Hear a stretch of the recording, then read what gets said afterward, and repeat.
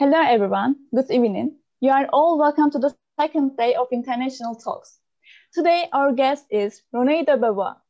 And welcome Roné. Firstly, I would like to thank you for accepting our invitation and to be here. We are so happy for that. Before the start, I want to introduce you briefly. Actually, I say briefly because I searched you on Google. I see that you have an amazing and interesting career.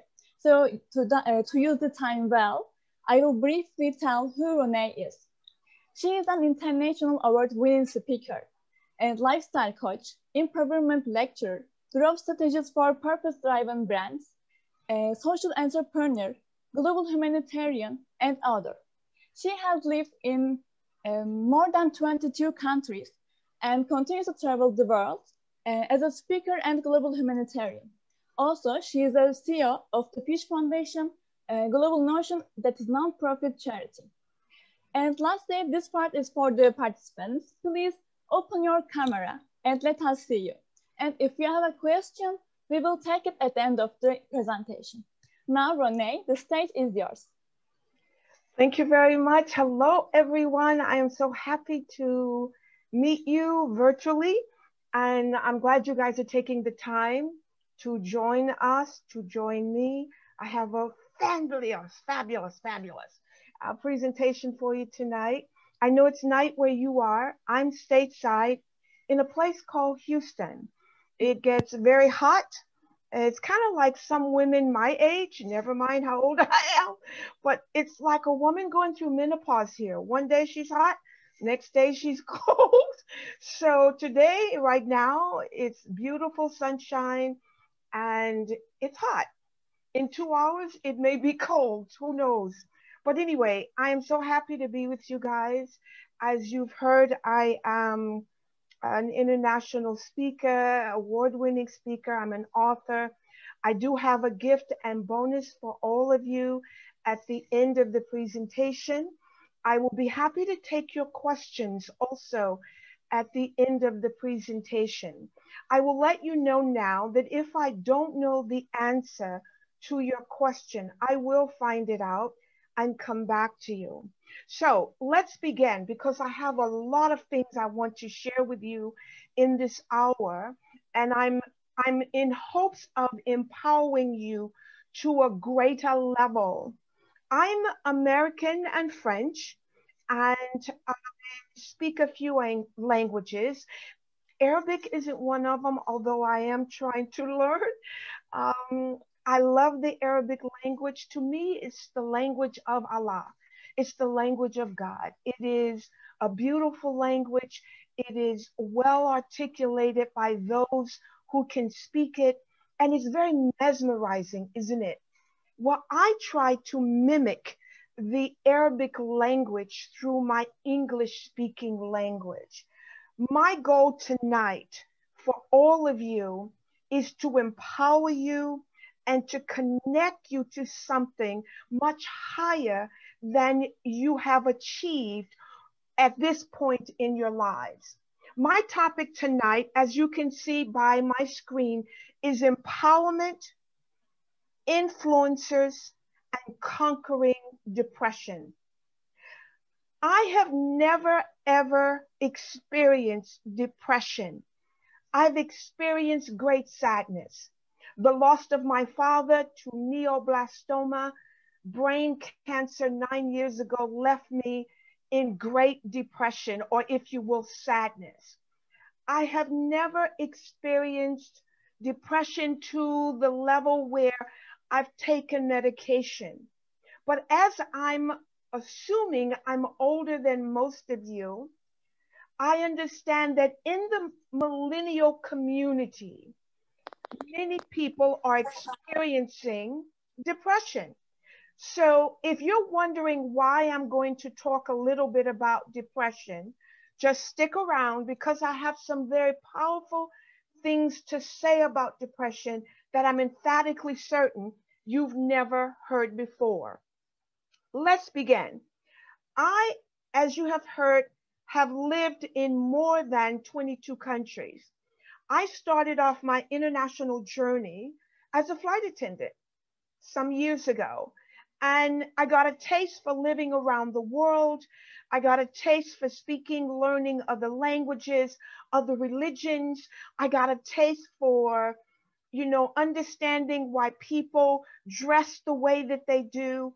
Everything that I learned living in other countries empowered me to a new level. When you are a Westerner, as I am, you tend to see things one way, isn't it? Westerners tend to have very tunnel vision when it comes to life, lifestyle, religious beliefs, cuisines. In fact, when I'm home in Paris, when Americans come to Paris, they'll stop you and say, "Do you speak English?" And if you say yes, they will say, "Where is McDonald's?" or "Where is Burger King?" They have no interest in that moment to experience French cuisine. So how then shall one be empowered to a new level of understanding if you've not opened yourself up to be exposed to it? The picture that I have on the screen was November 2019. I am also the ambassador to Knights of Peace in Jordan, Amman, Jordan, which is, I guess you'd say, a division of the King of Jordan. Knights of Peace is an organization that promotes peace all over the world. As their ambassador, when I'm traveling around the world as a speaker or doing humanitarian work, I represent this organization. On the screen, I'm sitting with one of the ministers of parliament and one of the ministers who appointed me as their ambassador. I was speaking on social good. I was speaking to an audience of maybe 1,000 in Jordan, and I talked about how to empower others while empowering yourselves through means of social good, through means of doing good for somebody that can't do for themselves. If you take a look at the screen, as you've already been told, I'm the founder of the Fish Foundation Global Nation. Let me just briefly tell you a little bit about the Fish Foundation. Our motto is, if you give a man a fish, you feed him for one day. But if you teach a man how to fish, or woman, you feed them for a lifetime. What does that mean? It means that if you only hand out a plate of food to someone who is hungry, you're feeding them for that one day.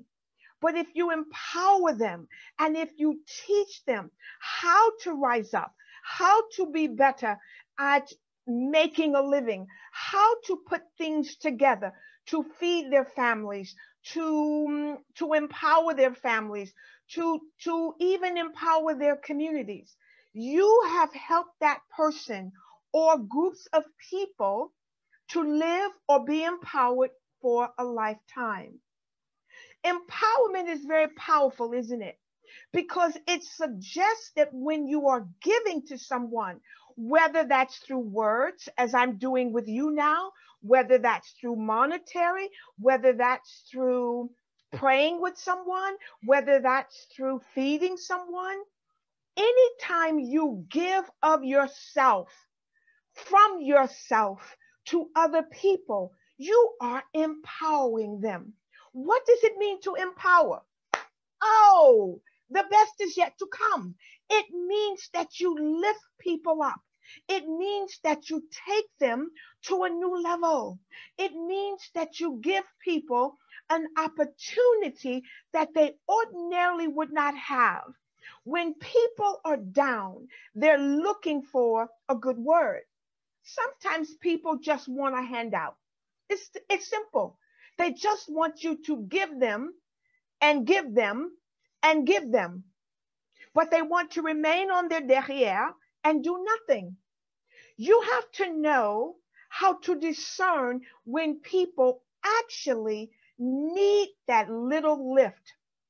My father, before he died, used to say all the time, if it doesn't challenge you, it will not change you. I want you to remember that.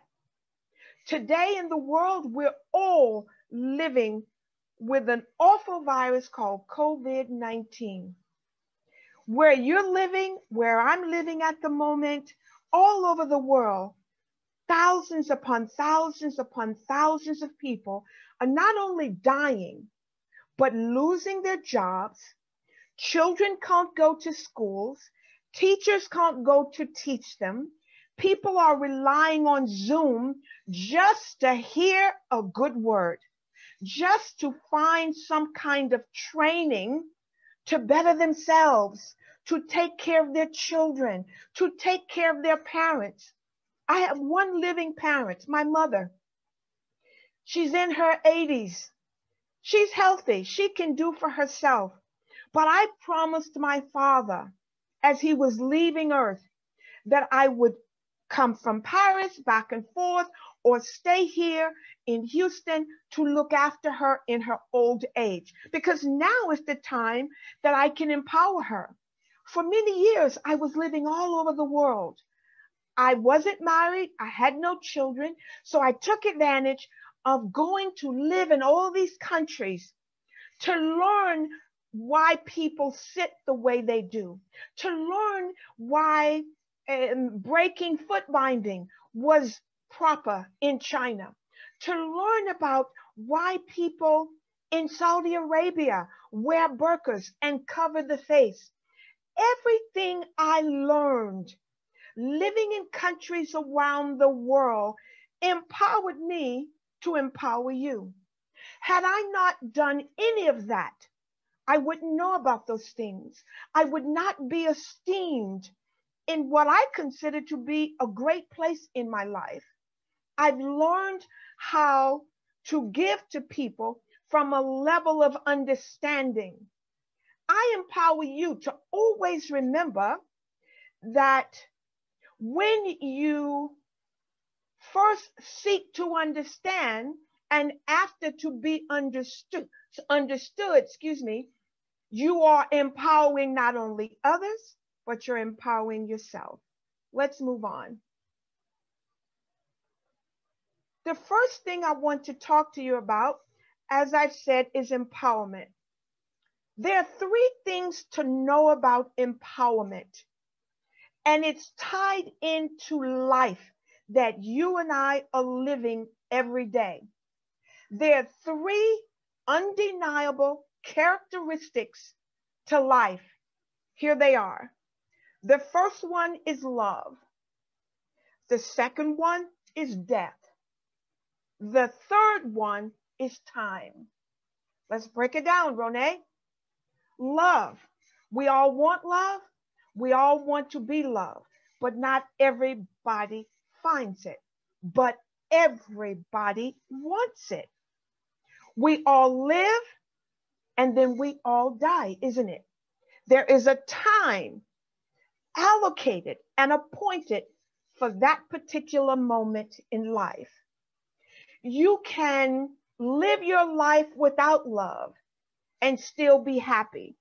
You can live your life as I'm doing without those that you love, because life goes on. What you cannot live without is time. Time changes everything. Time cannot be given back. It's why it's the most powerful of the three characteristics in life. Once time passes you, you're not going to rewind it back. So live your best life now. Use the time that you have now to empower, to change, to uplift, to encourage. I chose, when asked, to speak to you tonight to do exactly this, to empower you, to take the time to maybe even realign your thinking about where you are right now. Nobody likes wearing a face mask. Nobody, especially us women, let's face it, we wear makeup, we want to be seen, but nobody likes where life is right now. Having to get vaccinations, scared about new variants. There's a whole lot out there right now to be very discouraging. But when time is exposed to you, as it is to me, the question is, what are you going to do with it? Are you going to use it to benefit yourself and others? Or are you just going to let it pass by? I'm coaching some young adults, millennials right now, who are so depressed, they're not taking their medication, they're not socializing with good people, they're not doing anything, they're just allowing time to pass. I would encourage you that if you want to live your best life now, start by giving to somebody else as I'm giving to you. Nothing in life, nothing is greater than giving to someone and seeing the joy in response. Let's move on. Influencers. Oh la la, I've got some juicy things to say about that. There are, I'm going to look at my notes here, 5 types of influences that I want you to write down, because I didn't put it in my presentation because I didn't want to do that. I want you to listen, embrace, and write it down. That way you are engaging as well. There are 5 top influences in our, shall we say, hemisphere or in our world. The first one is self. Have you ever heard self-preservation is the first law of nature? It's true. People in America is known for what they call individualist society. Every man is for himself. In France, we're not like that. It's a collective society. I lived in China 3 years, Singapore 2-3 years, Malaysia 1 year and 4 months, Taiwan, all over the world. And in Asian countries, everything is like this. It's a collective society. Even in Arabic culture, it's collective society, meaning people do things together. And one individual is not going to do something that they think is going to hurt somebody within the family. In the United States, in most Western cultures, it's not like that. It's all about every man for himself. I'm going to get mine, you get yours. But as I lived around the world, I discovered the rest of the world wasn't like that. I discovered that people were influenced by one another. So the first top influencer in your life is and should be yourself. Why not? You know you better than anybody. Of course, your parents know you, but you know things about yourself that you may have never told anybody else. So self becomes human influence. You are your first and best influence. You know what makes things right for you, what turns you on and what turns you off. You know what pleases you. You know what brings you joy. You know what brings you sadness. You know the things that you find distasteful. So the first influencer is you, my baby. Number 2, relationships. That's what I call social influence. Relationships that you have with other people, boyfriend, husband, sister, brother, mother, father, uncles, aunties, your relationships with people, even coworkers, colleagues, people in your community, people in your neighborhood, same as community. Those relationships have influence on you. How? People in the family, we want to please them. If you are involved with someone in a relationship, an intimate relationship, I would imagine you would want your family to approve of him or her. I would imagine that whatever their lifestyle is approving to the people that you love the most and that are the closest to you. So our relationships matter. Our relationships matter because these people influence us in ways that nobody else can. The love of a mother and a father or relatives that are within the immediate family, I learned all over the world that's crucial. That nothing comes above that except the spiritual part of life, which I'm coming to in a moment. But relationships matter and become the second most powerful influence in our lives. Number 3 is values. That's what I call cultural influence.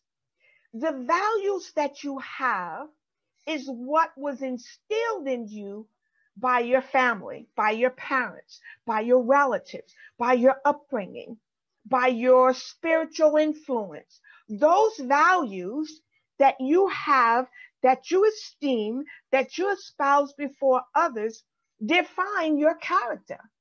It tells people who you are and why you are the way that you are. Your values are your systems of belief that you have about maybe marriage, that you have about sex, that you have about divorce, that you have about abortion. Think about it. These are all things that are prevalent in life. Some countries, some religions, some cultural belief systems, those kinds of things are not discussed. Yet in others, they're openly discussed. But what I'm conveying is that the third influence that you have are your own values. Your values is what guides you. Your values is what directs you to a certain path. Number 4 is money. I call this the financial influence. Without money, nobody can do anything, isn't it? You can't support a charity. You can't pay for college. You can't buy food. You can't buy clothes. I was saying earlier to the team, I'm now a part of Islam because I'm in love with a man of Islam. Now, as I just mentioned values, let me tell you, I grew up Christian, but now I'm in love with the man from Islam who grew up in Islam. And he is always going to be a man of Islam. He's a wonderful man. My values was instilled in me that when you love someone, when you are, and my father was a preacher, so with his 2 daughters, myself and my sister, he always told us growing up, you have to follow your husband. The values that he and my mother put in us was very simple. Love God and love your husband. Obey God and submit to your husband.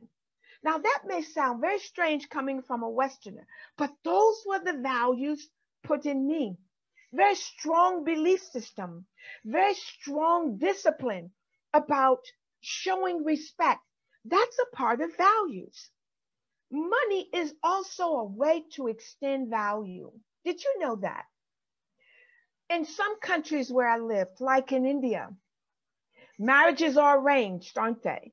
And because they are arranged, which you would not find in most Western countries, they have what they call a dowry, which involves money. If you don't have solid, good values, something like that you're going to show disrespect to, either through facial expressions or through verbal displeasure. But when you have good values, when you believe in respecting others, respect to be respected, your values are going to be well intact. Money is another good source of value.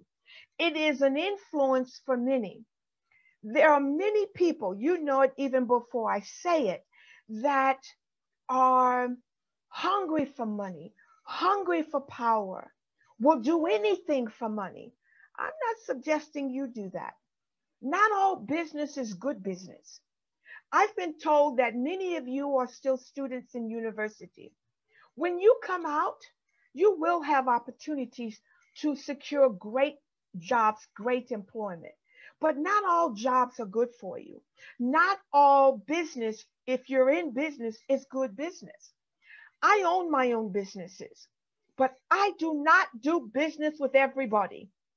I don't do it. I pray before I do business with anyone to make sure that it's not me just leaping into something because I want to make the money. Yes, money is the essential of life, but values come before making money. There are times when you have to say no to making money because the values attached to it is not good for you at the end of the day. Does that make sense? So money is good, but it's also a huge, huge influence. Don't allow money to be such an influence that you'll do anything for it. You hear me now? Don't do anything for money. It's not worth it. And in the end, you'll pay for it. And it won't be the kinds of pay that you want. Then finally, number 5 are icons. We have social media, isn't it? We're on Zoom, all because of social media, the internet. And icons are people that are quite famous, quite wealthy. These are people, the Kim Kardashians, isn't it? The basketball players, even some politicians that are well known and have millions of followers. Well, honey, let me tell you something.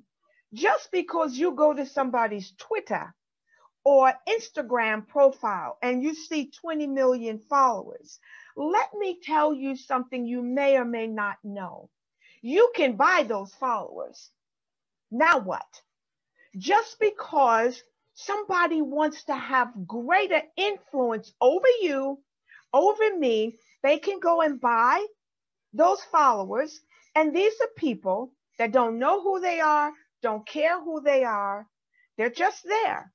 And if you are selling a product or selling a service on social media and you've bought those followers, you still haven't done anything to elevate your profile, because people can check whether or not those are actual people you've influenced, whether those are people who are following you because of grand content, because of content that has substance, that has meaning, that has purpose. So be aware that icons are our influencers. There's great influences out there, and there's some influences out there you might want to second guess and maybe steer one away from.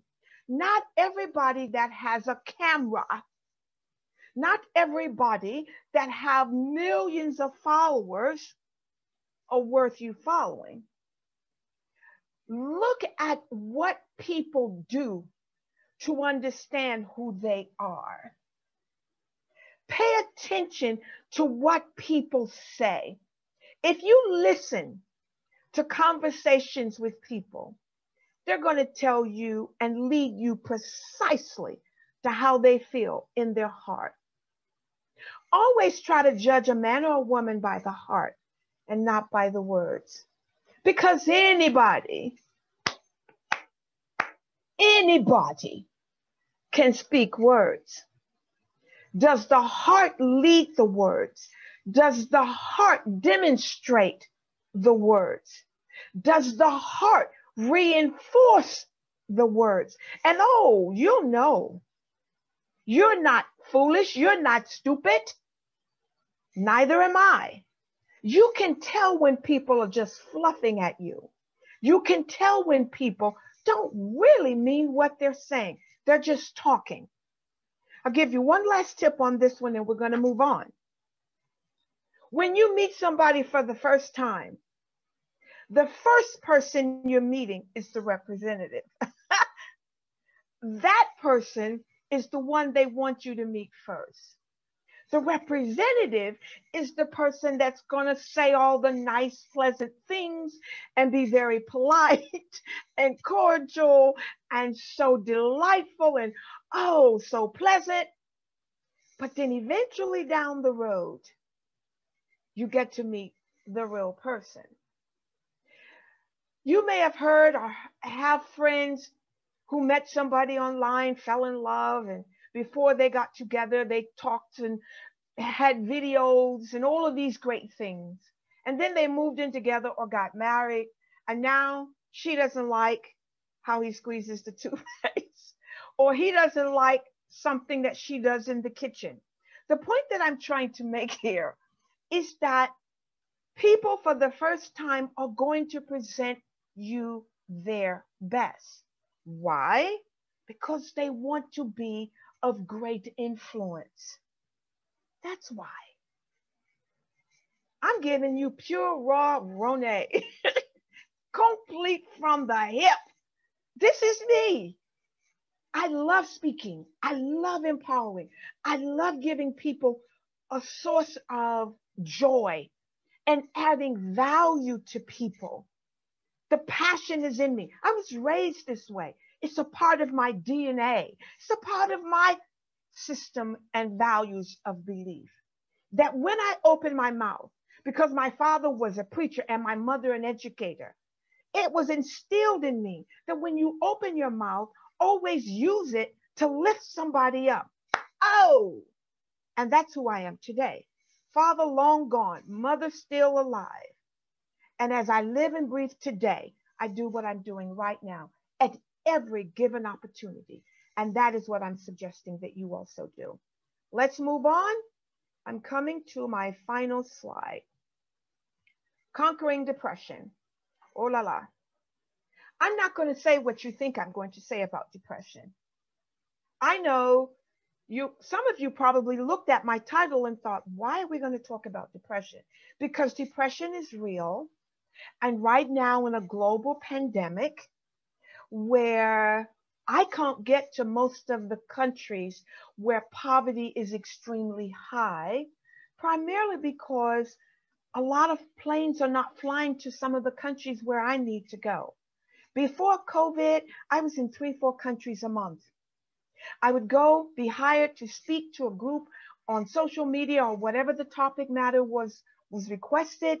And then I'd get off the stage, go to my hotel, change my clothes, and have an NGO ready and waiting for me in the lobby to take me to the areas of poverty where I could discover what is needed, go back to the States, go back to France, go back to other places, get what they need, and go back and deliver. That's what my topic is all about tonight. How to find out what is needed and go and deliver it. Conquering depression. You can't help nobody if you cannot help yourself. If you are depressed about anything, nobody blames you. I know I don't, because the pandemic has everybody feeling kind of slump and on a low. But here's what I want you to do to conquer it. Number one, Allah has not created you to be depressed. He's giving you good mind. He's given you activity to all your limbs. He's empowered you with wisdom, with knowledge, with talents. And therefore, any kind of depression can be conquered because you already have what's within you to change it. Number one, if you want to conquer depression, change your lifestyle. Change your lifestyle. What are you doing that may be adding to a depressing way of life or a depressing way of thinking? Changing your lifestyle means, you might have to let go of some friends. Snip, snip. Because not everybody with you is for you. Sometimes you can be with friends and you're talking about all these things that's happening, that's good, grand, and wonderful in your life. Well, don't you know that not everybody wants to know that you're doing better than they are? Oh, I know. It's like, really? Yeah, there are people out there that want to always be higher than you are. So sometimes when you start elevating your life up, sometimes people will start to tap away at it, you know, just plow at it because they don't want you to get higher than they are. Oh, my brothers and sisters, this is real talk. There's people like that all over the world. I don't care where you go. And really, if I were to tell you, really, how many countries? We're talking 40 here. Okay, so maybe I'm giving my age away, but I've lived all over the world, year, 2, 3 years in every country, and it's everywhere. Number 2, if you're trying to conquer depression, and I wanted to talk about depression because I have discovered through my coaching with a lot of millennials that this is the number one thing that they're dealing with right now. Depressed that they can't find a job. Hello, I get it. The pandemic, companies are closing down.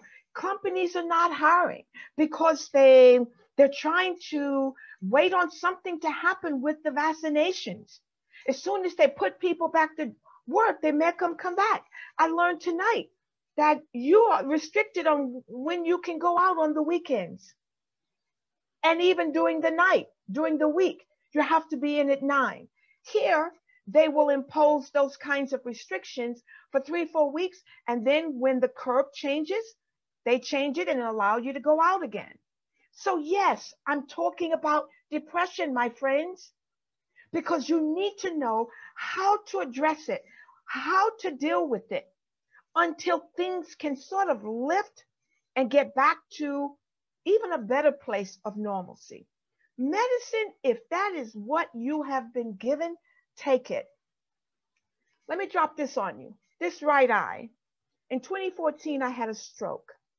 Not a full body stroke where my body was left partially paralyzed. I didn't have that. Oh, do I thank God. But I had a stroke in my eye. I was being physically attacked by a man here in the city of Houston.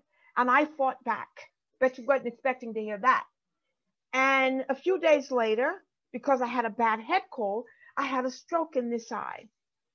For a year and, I don't know, 6 months, they took needles about the size of this pin, and they would put my head back, numb my eye, and they would shoot medicine in my eye every month. I had to go through that so that I could see out of my eye. Now, if I can say this without tearing up, let me say this. You have no idea how depressing that was. Can I see out of my eye? Yes. Is it perfect and like it was before my stroke in my eye? No. Am I still challenged with the vision in my eye? Yes. But I fight it and I do everything I need to do on a daily basis to see better. So the medicine that I take helps. A lifestyle change helps. I keep myself away from stress.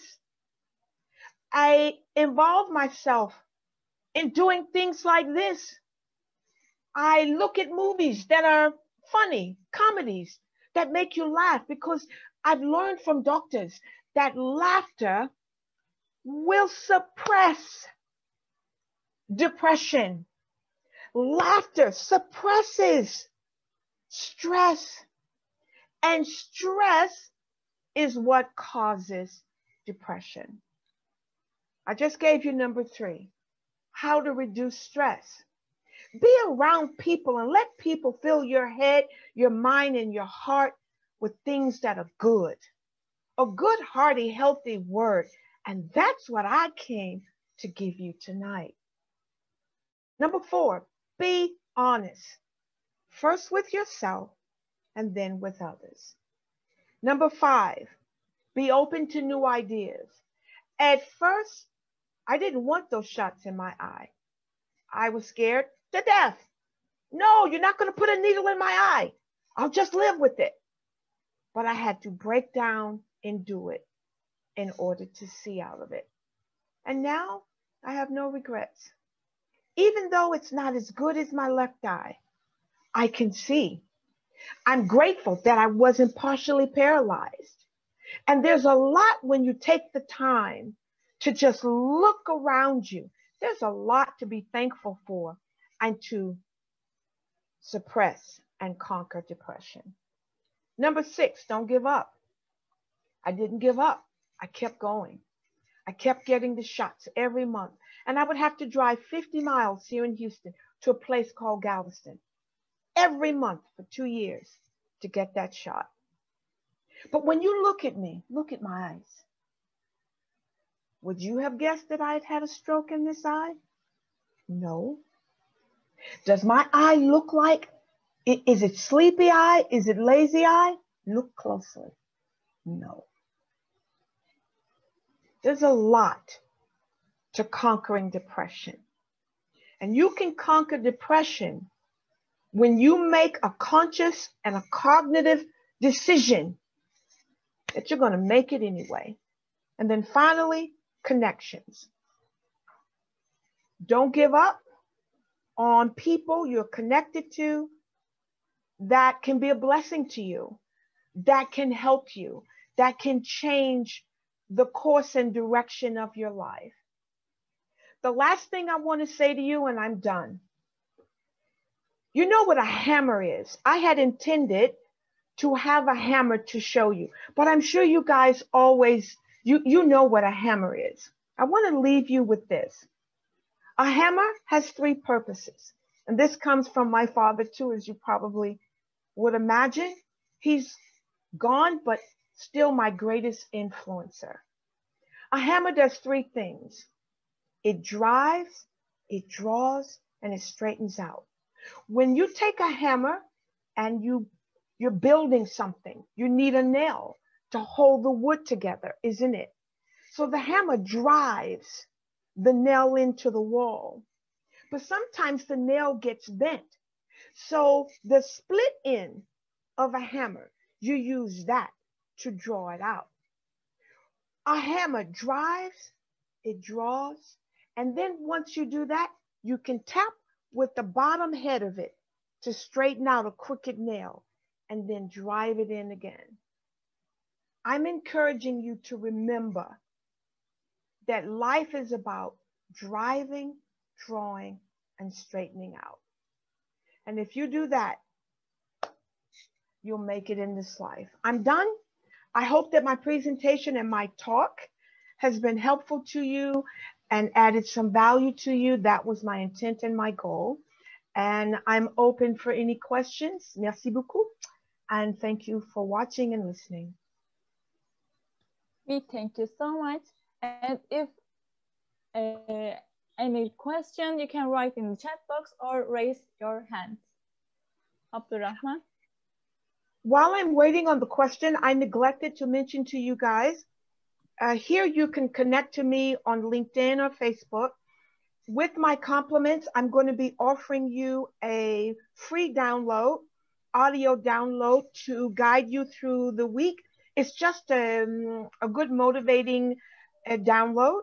And then also I'm giving you with my compliments a productivity planner for the new year.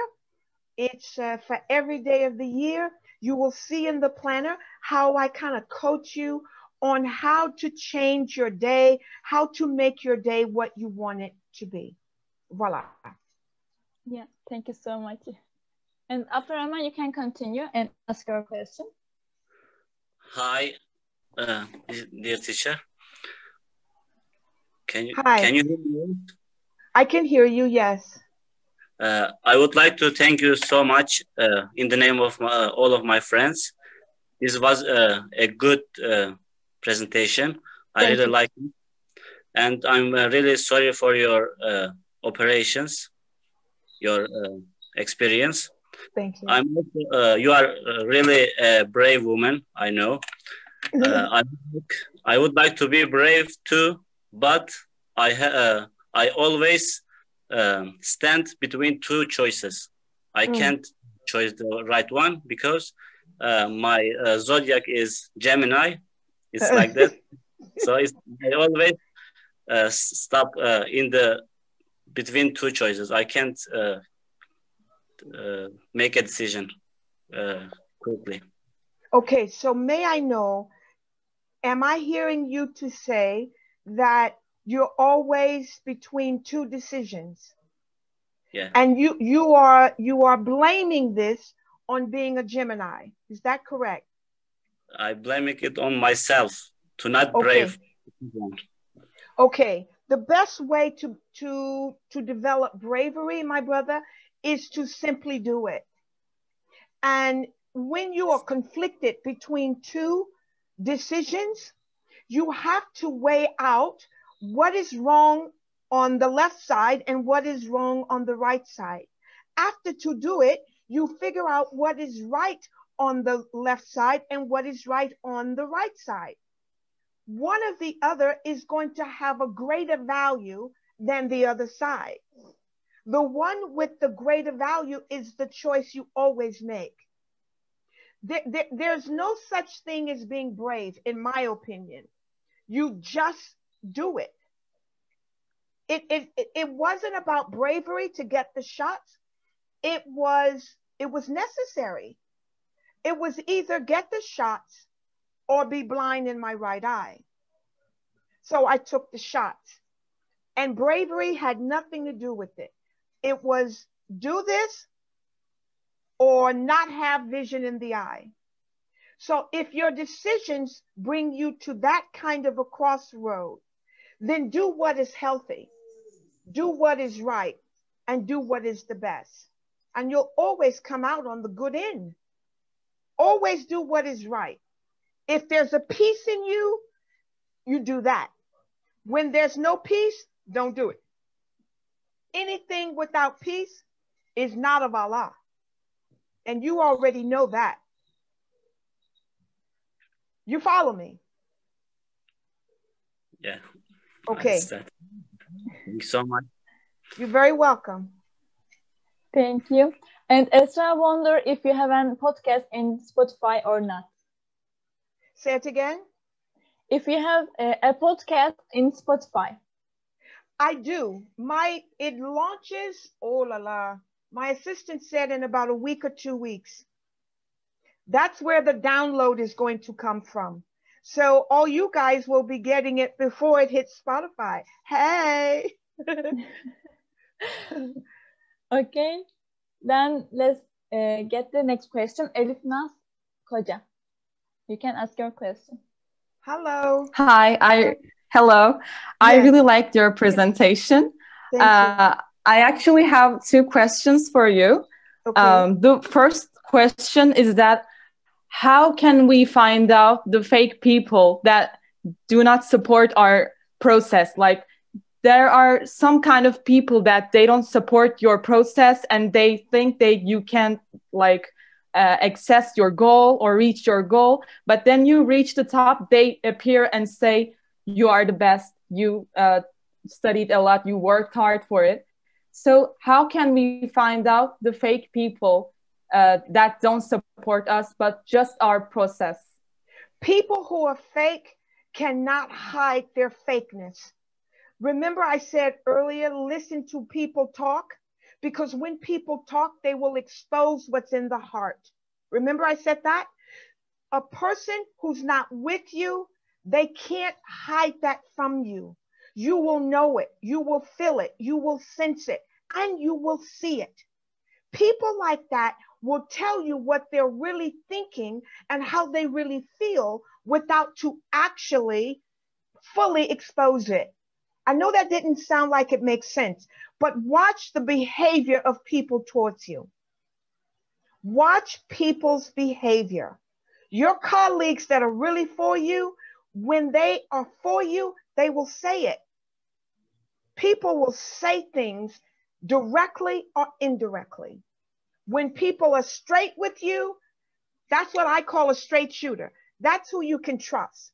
But people who are speaking in inference oh, I don't know if that's a good idea, or maybe you should do that, but maybe not. Don't listen to people like that. They're wavering for a reason. Pay attention to the behavior. Let that guide you.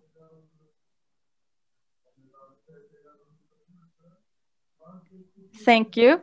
And my second question is that how can we press our inner voice that tells us you're not enough to do something? Or sometimes I want to do something and be a participant of something, but sometimes my inner voice is like, you're not good enough for that.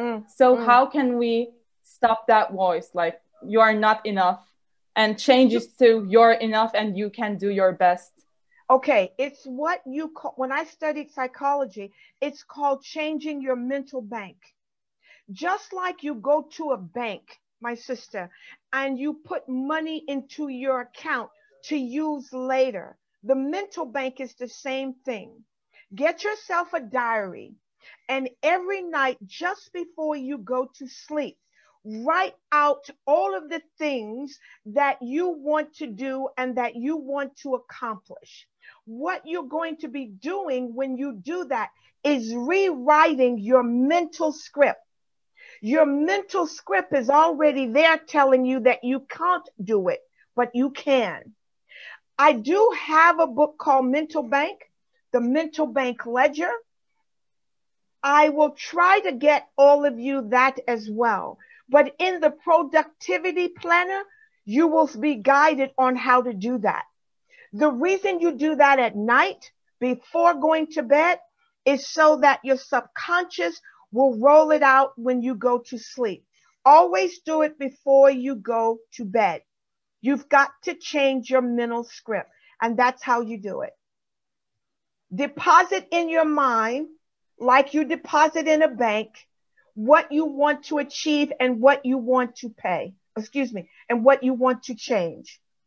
The mental bank ledger teaches you how to rewrite your script, and when you achieve it, you actually pay yourself, shall we say, fake money for achieving that goal. But you'll see it in the productivity planner. That's the best way to do that. Thank you. I hope that helps. It's all about changing our subconscious mind, we can say. Yes, ma'am. Yes, ma'am. Always. Thank you so much. Thank you. You're welcome. Thank you. And Shabnam, you can ask your question. Hello. Hi. It was a really nice speech and good presentation. Thank you so much for it. And my question is about, I'm not a depressive person and I can't describe myself like this, but what is in my or two minds around me? There's an internet connection. And what happens to them, and they try my best. I'm sorry, and I try my best to solve the problems, but I can't solve this in my brain, in my mind. I generally blame myself. If I could work hard, and if I could work really good, and I could solve it. I don't know why it happens to me, and I would like an answer from you if you have. I'm sure you have. Thank you so much. Okay, may I ask you to repeat what you said? The audio went out, and I didn't hear what your situation or problem is. I'm sorry. Okay, I can repeat it again. Okay, let me say it like this. If something happened to my family or my friends, they share it with me to find a solution, and I try my best. If I can't, I generally blame myself. If I can do something, I do. I try my best. Really, I try hard, but I can't solve. And I generally blame myself. It doesn't matter that if I can't solve anything, I can't stop thinking about it. I generally try my hard. I generally try to do something for them, but I can't do something. I can't sleep during weeks, even months. It happens. Yeah. Okay. I don't know why it happens to me, and I try to do something about it, but no way to find a solution for this one. Okay, my sister, let me tell you something. First thing to note, you are not going to be able, neither am I, to help everybody.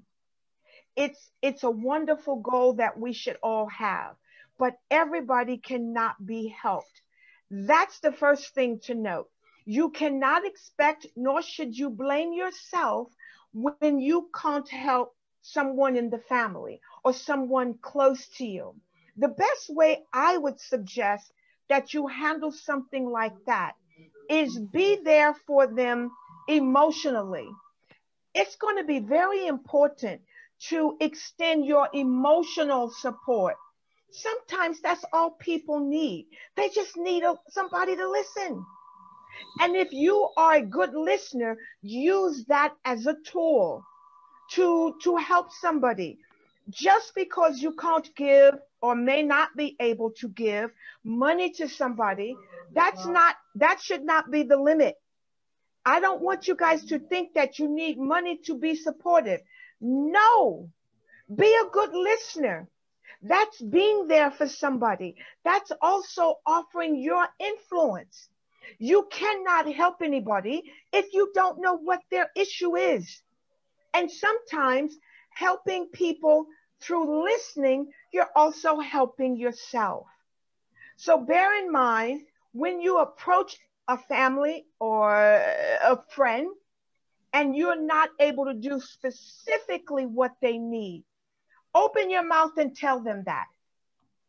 I am not able to give you money towards this situation, but I'm willing to help you, maybe drive them to an appointment if that's what they need.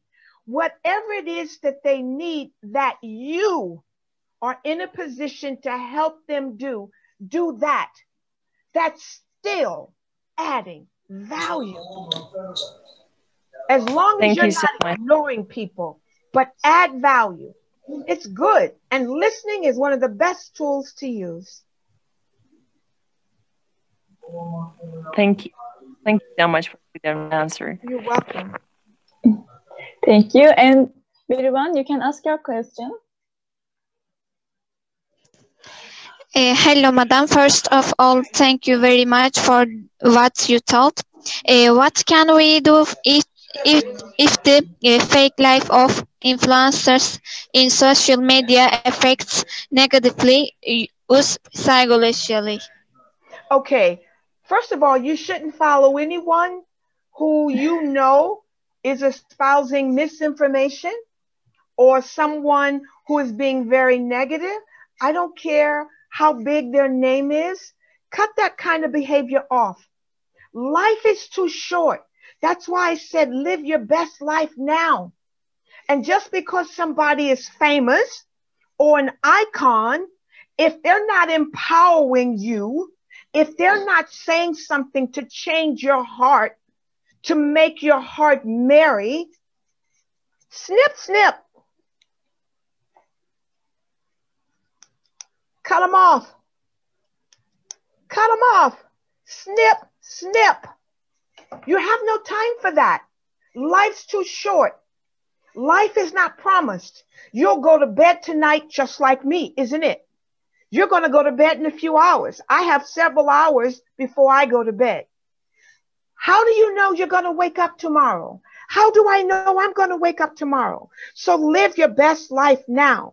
And anybody that is not exalting you, building you up, providing you a source of solid, good information.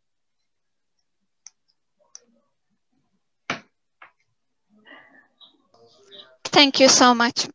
You're welcome. Thank you. And Akila, you can ask your question. Hi. Hi. Can you hear me? Yes, I can. First, I want to say thank you so much for presentation. It was perfect. Thank you. I want to ask, you know, we are young, we are students, we are working or something else, but we are young, so we can make a mistake. It's so normal. Yes. It's okay. Yes. But especially family or our friends are waiting us be perfect. Can have mistake. Me, when I have a mistake, I'm silent or I'm so angry. I think it's not good. Angry or silent. How can I change myself about this? Okay. First of all, don't be angry when you make a mistake. Life is designed to make mistakes. Yeah. I'm assuming you are a student. Let me share something with you. When you go in the classroom, the teacher, the lecturer, first gives you the lesson. And then after the lesson has been given, they give you a test, isn't it? Yeah. Life's teacher is not like that. Life's teacher first gives the test, and after the test, the lesson. Did you get that? Your teacher gives you the lesson, and then after they teach you the lesson, they give you a test so that you can pass the test and move on eventually to get a degree. But in life, life doesn't give you the lesson first. Life gives you the test first. And then after you get the test in life, you get the lesson. What I'm telling you is stop being angry about things that you know life is trying to teach you. You are supposed to make mistakes. Nothing is going to be failing but trying. And you have to keep trying and trying and trying. If you're getting mad at yourself for making mistakes, stop it. You're never going to learn if you continue to be angry with yourself. Don't be angry. Open up your mouth. Use your words. Respect those in your value system. Everybody that you value, respect them enough to open up your mouth and let them know when you are upset about something. It's one way, my sister, to say, I don't like how you treated me, and you did this and you did that. I can't stand it, and you make me sick. Okay, that's craziness. But sometimes we get to that point, don't we? That's being provoked. But you can go and use the same words without the same behavioral response. I don't like how this was done. I'm sorry for whatever part I played in it. Very calm, very loving. But stop being angry at yourself. You are supposed to make mistakes. That's how you're going to grow in your life. You're right. Thank you so much. I think I am not good at someone ask me why you have this mistake, especially my family. When they become angry to me, I am more angry because I explain my mistake. But listen to me. There are books in the library where you go to university. I want you, the next opportunity you have, and even online, I want you to look up books on communication and emotional communication. It's what we call emotional intelligence. And if you email me, reach out to me on LinkedIn, and I will send you materials to read on emotional intelligence, and that will help you out. Yes, thank you so And I much. promise you I'll do it. But you have to give me your name and tell me in the message heading, I'm the one that needs help with my emotions, and I'll know what to send to you. Thank you so much. My Thank pleasure. you. I hope to see you again. Thank you. Thank you. Thank you. And Sasha, you can ask your question. Hello, thank you so much for Hi. all the advice. And You're welcome. so my question would be how to talk to someone that doesn't want to listen. Like, for example, let me make it a little clear. So my situation is, I'm worried about my sister. The thing is, just when she entered puberty, she had now she has so much different fears of literally everything.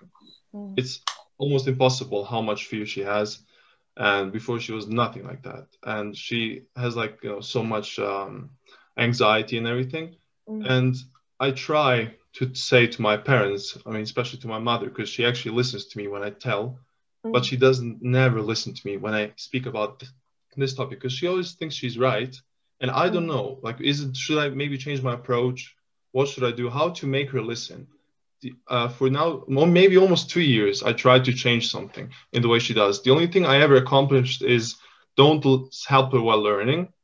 Let her learn herself, and she'll see what she needs to do. She'll learn, really, and she did. And about this other stuff, nothing. So please, if you could give any advice. Okay, how old is she? Do you know how old she is? I lost your audio. Yeah, how old? So I clicked by accident. So she is now 13 years old. Okay, I guessed that. All right, let me tell you about where she is. She's what they call in psychology a tween. Tween. She's between puberty and teenage years. I know you are her brother, but I came here to be real with you guys and talk. Do you know if she has had her ministries? Do you know about this? I don't know, but I don't think she actually is like kind of behind with the development of hers. Every other child now is like developed, and she's still not. Okay, therein lies your problem. She has girlfriends who have already started their ministries. She's angry. She's feeling left out. If they talk about it when they're together, whether that's school, whether that's online, whatever the case may be, she's feeling uncomfortable with herself. She's thinking something is wrong with herself. I wouldn't suggest you talk to her about ministries. Leave that to the woman. Leave that to your mother. And I know culturally you know that. But what I would strongly suggest you do is let her breathe. Stop trying to talk her into this or talk her into that. Nothing you say, she's not going to listen. Not now. She will be a lot more receptive to you and anybody else when she sees her life progressing like her friends. I'm going to be very personal with you, with all of you, because I've come here to be very transparent in order to help all of you. My ministry started when I was 9 years old. I thought I was dying. It happened on a Sunday morning. I awakened screaming my head off. My mother came in screaming her head off because she had not had an opportunity, listen to me good, to explain that part of life to me. Your sister could very easily be already experiencing that part of life, and she's afraid to discuss it with her mother and or doesn't know who to discuss it with. So what I'm asking you to do is look at her behavior. Look at, is she changing her clothes, the way she's dressing? Is she sitting a certain way? Is she saying certain things? If she is, she's in her cycle. She doesn't know what to say. It's embarrassing. She may even think she's dying and doesn't want to hurt the family. Because she's young, it's not taught in schools where you are. It's not taught in schools here either. In my opinion, that's a big mistake, because you have young girls like her who are thinking that maybe this will bring shame on the family. So she's going to hide it. Watch how she sits. Watch what she chooses to eat. If her appetite is, dwindling, tell your mom about it. Your mom is an adult woman. She can handle this kind of conversation with you. Please suggest to your mom to open up that door with her daughter. Yes. Some young women don't have their first ministries until they're 16 years old. Not everybody starts at 9 as I did. Diet has a lot to do with it. Physical activity also has a lot to do with it. Her friends, I will say this and stop. Her friends may be developing in the body. You know what I mean? Yes. And if she isn't, if they're wearing the brassiere, the bra, and she's not liking herself, she's wondering, why not her? It's a very delicate situation. And as an older brother, a man, she's not going to talk about this with you. Of course. She's not. So gently discuss it with your mom.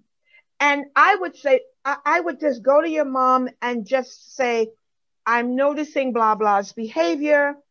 And what do you think about maybe finding out if she started that part of life? Mm-hmm. Take it to your mother, not your father. Of course, yes. I understand. Take it to your mother and do it where only you and your mother can talk privately. Don't have an audience, meaning your dad, any other siblings. This is very, very sensitive. And I will tell you one last thing. Young girls her age who do not know about that part of the body and life attempt suicide because they think they're dying. I see it all the time, all over Africa, because of female circumcision and why they do that, and other cultures that do that. It creates a complex in the mind of young girls. I'm being real with you right now. Please talk to your mother privately. Go for coffee if you're allowed to do that, where there's no audience, and just tell your mom what I shared with you. Thank you so much. Find out what's going on. You don't want your sister to think that she's dying or that that part of her life is going to bring shame to your family. That's why I opened up talking about family and the values. Thank you so much. That's a way to empower her. Actually, when I think about the things you just mentioned, the way she sits, the way she dresses, she eats, she mentions about her friends, how beautiful they look, how beautiful. Like she's not beautiful. And actually, yes, all the things you mentioned, yes, they apply. Has her breast developed yet? Just started. Okay. But also her friends didn't, but her friends grew up a lot. She's really short compared to other girls, at least in my country. And she also didn't develop anything. Like they have long, they have long legs, I don't have. They have this, they have small waist, I don't. She just still looks like really a child. Yeah. And that's also going to influence her thinking. There are books you guys can give her that will guide her through that whole process. The thing you can say as her brother are things like, yeah, they may have longer legs, but if I had a choice to have a wife or a woman in my life, I would want a woman that looks like you. That's how you reverse those negative things. You reinforce the beauty that you already see in her. So yeah, I did that actually. I did that. And what did she exactly say? That. I exactly did the same you just said. Exactly. Okay. Did she respond to you? She seemed actually kind of unsure, but I think she took it as kind of good. Listen, a habit, psychologists will tell you, habits are reinforced and behaviors are changed when it continues for 28 to 30 days or more. So even if you just walk by her in the house and you call her, my Habibi, you're growing up to be so beautiful. Oh, my Habibi, I would love to have a wife that's going to look like you. Things like that is just the opposite of what she's feeling. And that needs to be reinforced. And coming from a man, whether brother, father, uncle, but coming from a man, that's what's going to change her world. Yes. And actually, I have this perfect example of my girlfriend. She's also right now attending here. And she also she likes my girlfriend a lot. They're like sisters right now. And I always refer her like, you know, look, you will look like her, you will look as tall as her. And Excellent. I do, because she likes so much how she looks, how she is, her personality, everything. Ask your girlfriend to participate in what you're doing. Have that conversation, please, with your girlfriend. If it goes against your values and your culture, then don't do it. I'm always about what the values dictate, what the values say, what the religion says. I'm all for that. If it is comfortable for you and it doesn't break any values or rules, get your girlfriend involved in it. If that is who your sister is getting influence from, you need her. All right. You need her. Also, so let her influence her in a better direction. Yes. Yes. Also, I'm Orthodox Christian, so I don't have so much different taboos as I know some cultures have. And just one more thing I want to ask. I'm sorry for making this long. No, it's okay. What to do with a mother that doesn't want to accept any opinion and any advice from me as a son?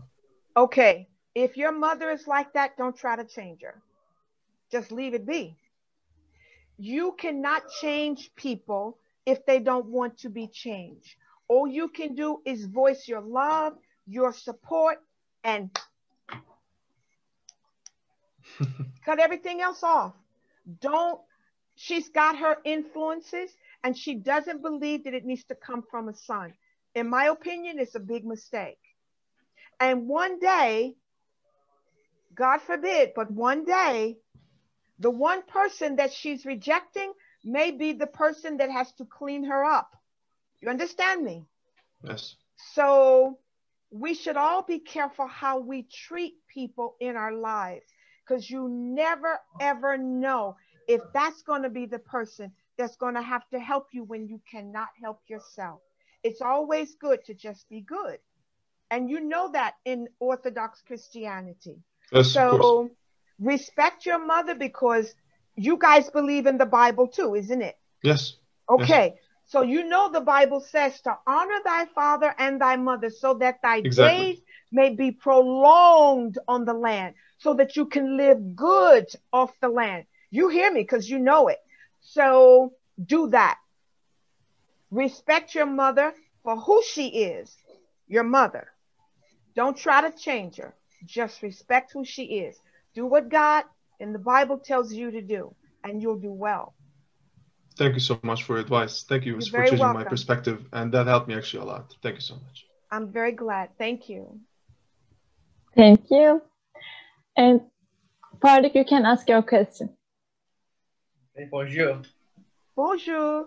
You visited many countries, but first of all, I have to say thank you for your participation, and the presentation was great. I have two questions. First, you visited many countries, so you have learned many cultures. What did you learn from this experience? What did you earn? What did I learn in my experience? Yes. Okay, living in all these countries? Yes, it's right. I learned about other religions because I grew up in Christianity. And it wasn't until I started living in other countries that I learned about Islam, that I learned how to embrace Islam. I learned how to embrace the way women dressed. Even if I agreed with it or didn't agree with it, I understood and learned why people live the way they do in other countries. I learned why it was important. When I lived in Malaysia, I'll never forget the first time I was up speaking at a big conference in a hotel. At a certain hour, right at the beginning of my presentation, everybody in the room got up and walked out. And I freaked out because I thought, well, what did I say wrong here?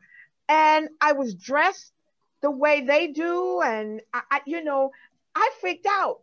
But what I found out was that it was time, and it was the call for prayers. And everybody went out to do their prayers. So when I was called off the stage and that was explained, I learned something in that moment. I learned from that point on, when I do my presentations, I'm going to be mindful of that hour of the call for prayer so that I can mention it in my presentation. For example, we have 5 minutes before the call for prayer. I will end now so that we can go for the call for prayers. And following that, we will resume my presentation. You cannot begin to imagine the respect and the honor that was bestowed upon me all over the world for doing that. And I lived in Indonesia, the biggest Muslim population in the world. But when I did that, it not only showed my respect to the culture, but it showed my sensitivity to the culture. It showed my understanding as a Westerner and my willingness to embrace it. So the greatest thing I learned was first the values. And that's why I put values in my presentation. In other countries, they live by their values. And their values are guided by their spiritual beliefs. And that has to be the first rule of law with anybody. When you go to other countries, go there ready to embrace their values, and you'll do well in life. Okay, thank you so much. You don't have to agree with it. You don't have to agree, but respect it and embrace it, and you'll do well. Yes, thank you so much. And here it's my second question. In these days, as you know, we are in our homes. And how can we motivate ourselves? In your home, because you have access to the internet, because the organization is providing you guys these free talks from other experts like myself, you should take advantage of it. You should take advantage of empowering your own mind and adding more to your own value system by seeking out those kinds of videos, presentations, even reading materials that's going to honor you and uplift you. And if you do that on a regular basis, as I said to the other brother, you will have, you will change a habit very quickly.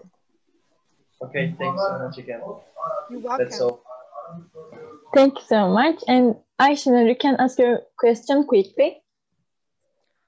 Hello. First of all, thank you for presentation. It was the best speech I've ever listened. Your voice looks like your face. So sweet, soft, and delicate. Thank you.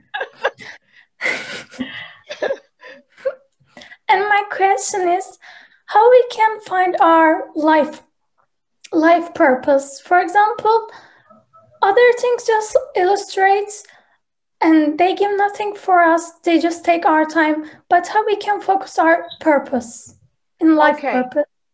Your life purpose is always going to be stemmed from your life's values. So what you espouse as important is what's going to direct you to your purpose. If you enjoy doing things with children, but not just any kind of children, for example, children who are disabled, that could possibly be your life's purpose. If you are good at sign language, that could be your life's purpose. If you are good at just, as I said to the other young lady, listening, that could be your life's purpose. Purpose in life is always connected to how you can add value to somebody else. What kind of value will be up to you. And God is not going to misdirect you or mislead you. You will always know your purpose. When you arrive to that destination, it's like getting on an airplane. You first have to get on the plane and make the journey. You have running on the runway, isn't it? Then it lifts up into the air, and then you get to a cruising altitude. After flying at a cruising altitude, when it's time to get to your destination, you begin to descend, isn't it? And as you're descending, you're getting closer to the ground to land in your destination. That's how life's purpose is. You will fly for a while, and sometimes you may not find out for 10 years from now. Doesn't matter how long it takes. Use the time. Remember the 3 characteristics of life. love, death, and time. The last one you cannot get back. So don't abuse your time. Use every moment of your time to learn, to inhale so that you can exhale value on others. Did that answer your question? Yes, a little thank bit? you so much. Don't waste time. Use your time wisely. Always be looking for opportunities to learn, to esteem your thoughts. And when you do that, just in the process, something may come up where you have an epiphany about your life. And that will help guide you to your purpose. Thank you so much. I didn't always know my purpose. When I was living around the world, I knew I was to help people, but I didn't know that that was my purpose. That took some time. At the time, I was doing it because my parents did it all my life through their church. But once I started living all over the world, I was emulating what they did. I was just coming on stage and buying food for people and helping people. And then I learned some things. And through that, I discovered what my purpose was. Does that help? Yes, thank you so much. Okay. Is that your normal voice, real quickly, or are you experiencing a hoarse voice? Excuse it's your me? normal voice? Is this your normal voice? Yes, it's my normal voice. Okay. I want to tell you why I ask you that very quickly. I want you to start thinking in terms of using your voice to redirect people to a different path. You have a unique voice. Your purpose is tied into your voice. There's something about your voice that causes people to listen. It's the first thing I said to you, isn't it? Oh, yes. Your voice matches your face. So that's what I'm sensing. You've got to use your voice. You're not comfortable talking a lot and exposing your voice, are you? Are you comfortable talking? Yes, I am. Okay, lovely. Use it. Your voice is very different. Also, may I ask one thing more? Sorry? May I ask one more thing? Yes. Are you living in Houston, Texas? I'm in Houston, Texas, yes. Okay. I'm here to look after my mother, but I live between Paris, Houston, and Dubai. And very soon, I will be making residence in Istanbul. Wow. Thank you so much. You're very welcome. Thank you so much. Actually, we out of our time, but there's a question in chat box. Sometimes we do not understand whether the people who influence our lives are the right people or not. Which characteristics of these people should we pay particular attention to before entering our lives? Okay, that question is a long one. So why don't I do this? Anybody that have questions in the chat, I want you, because I'll take the time to do it, I want you to email them to me, and I will put the answers in bold, and then it can be given back to those individuals. Because I want them, it seems like the question keeps coming back about understanding the character of people in their social hemisphere. Do you agree with that? So far, people are needing to understand how to understand other people's behavior with them or around them. So I would like to really address that. But for the moment, from what I've heard, remember to pay attention to how people talk to you. That's number one. Listen to what they say. Whether they want you to know their true feelings or not, they will slip and say what they really are thinking. Number two, pay attention to how people dress around you. Especially you guys. Pay attention to that. There's a lot to be said about how people present themselves to you. Remember, I talked about the representative. A representative is someone who's really just showing you the nice side. They're not showing you the real side. So pay attention to all of the compliments, all of the, you know, the hype. If you're getting a lot of that, that's not the real person. They're trying to impress you. And if people are trying to impress you, they want something from you. Okay. Thank you so much for being here today, Roné. The things you say, your suggestions, your energy was really great, impressive, and precious. And actually, I really enjoy your presentation, and I'm sure it's same for the participants too. And thank you so much. Again, we hope to see you again. Very much. You guys have a good night.